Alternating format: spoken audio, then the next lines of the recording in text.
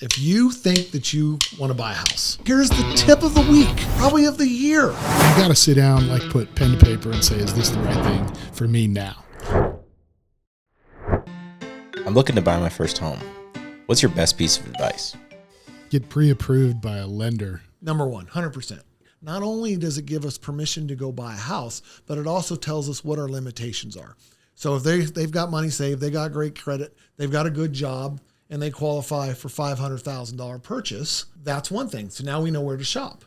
Or in lieu of somebody who hasn't gotten self-pre-qualified, then what happens there is they go out and find a house, fall in love, and if we connect them with a lender at that time, they find out they can't buy that house. They find they can't buy that house, and now they're crushed, and guess whose fault it is? It's mine. Why? Because I put them in that position. And if you put them in a position to shop out of their price range and don't get them pre-qualified, that is on you because you didn't do your job by setting them up correctly. I agree. Okay. Walk me through the steps of buying a home from start to finish. Step one, sit down with a real estate agent and interview them. You do not have to use the first one you come across into an open house, even if it's the house you want. Because remember, most likely that person in the open house also works for the seller. Okay. Number two, you're going to need to sit down and discuss a buyer broker right now. That's something that's new and required from this point on. You get your agent, discuss a buyer broker. Three, make sure you talk to that agent on how to get out of that buyer broker because you're going to have to spend some time with this person.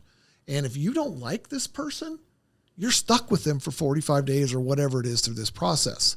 Okay, so ask questions, and ask questions.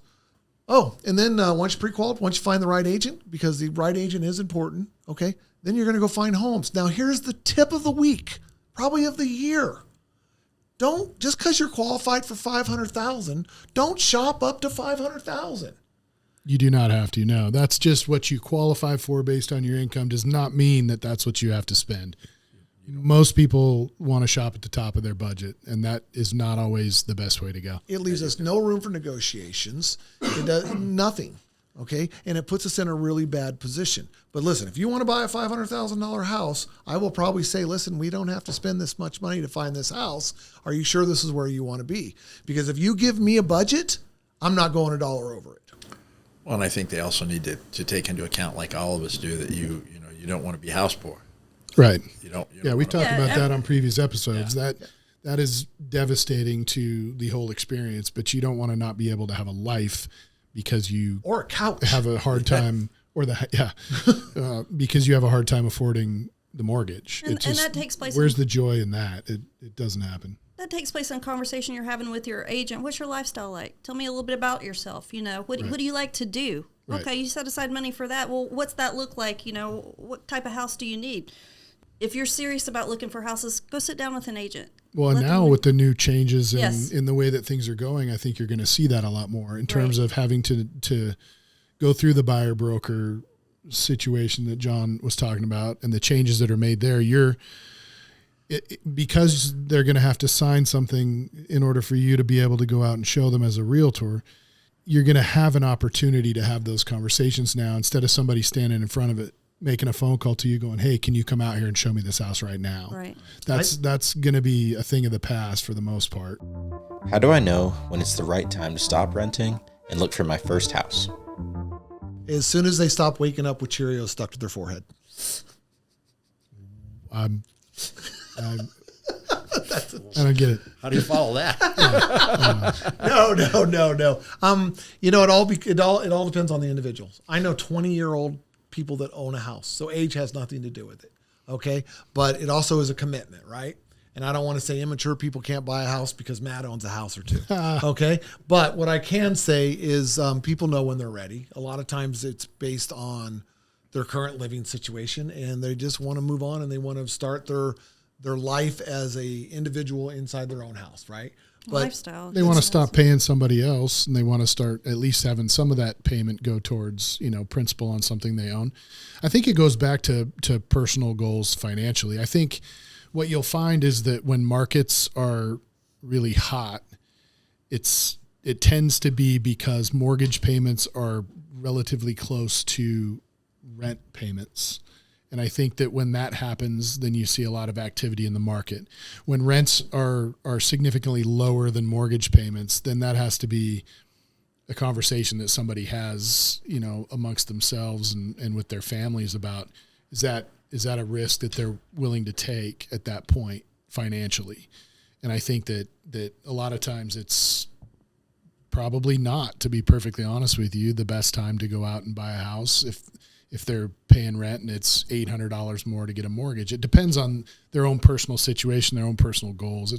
It's a really hard question to answer, I think. Okay, but my Cheerio analogy is good, right? College days, you wake up, Cheerio stuck to your face. That's probably not the time to start. Okay, I want to explain this a little bit. Cheerio stuck to your face. I got what you were saying. Beer can crushed on your head the night before, so you still have the ring around it. Okay, that's probably not the best time to buy a house. You're probably going to miss a mortgage payment. Exactly, right? Because your priorities are different, right? I smell what you're stepping in. Thank you. Yeah, I'm stepping in. I got to fix it here. Because obviously I've been the guy with the ring around his head and the Cheerio stuck to his face. But I think it comes to a point. I don't want to use the word grown up because I know some people that probably shouldn't own a house, but they do, and they do very well at it. When you're ready to take on the responsibility of home ownership and you understand the responsibilities of home ownership, that's the time. Because like we said the mother before, coming out in her. What we said before in a previous episode also was, it's not just the mortgage payment, it's the maintenance, it's all the other Correct. stuff. It's the utility bills that maybe were covered in your rent. It's all of those things. You got to sit down, like we've said before, and put pen to paper and say, is this the right thing for me now? And I think that some people do that and they go, nope, it's not the right time. Some people do it and go, yep, we can pull the trigger on this. Exactly. and make it Cheerio happen. dude's not going to pull that together. No, probably not. Okay, he's waiting for the buffet to open down there. So we can go have a drink at the buffet or the shanty. You know what I'm saying? I would like to buy a home, but I need to rebuild my credit score. Where should I start? Yes, you can have lenders sometimes will help. You just don't want to have somebody who charges you to help improve your credit. That a lot of them will do a free program. So I think that there's that available to people, but at the same time, with a score that's not quite 700, you can still get a loan.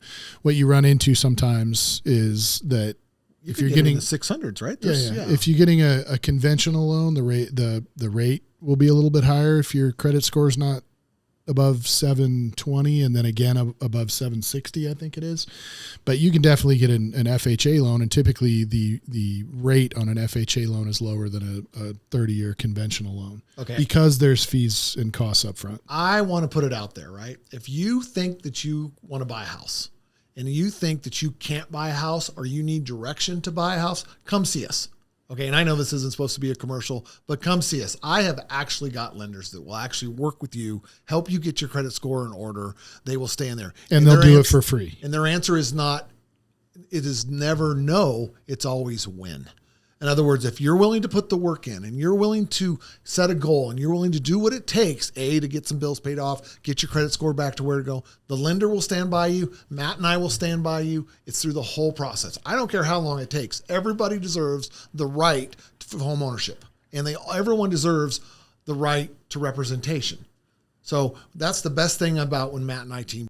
We don't care what the price point is. You're going to get great service. Okay. So I actually have a lender that will work with you one-on-one. They'll put a plan together. And as long as you stick with that plan and you stick with us, because we're going to check with you. We're going to check in on you and see that you're staying with that plan. You soon can be a homeowner. If you're willing to put in the time and the work and do the things that the lender tells you need to do, we can get it done. Okay, that'll be all the question. We appreciate you listening. Hey, we have a new Facebook page. We'd love for you to go on there. You can see all of our content and some behind-the-scenes content's coming soon. So we look forward to hearing from you, and reach out to us if you have any questions. Hey, guys, cheers. Cheers.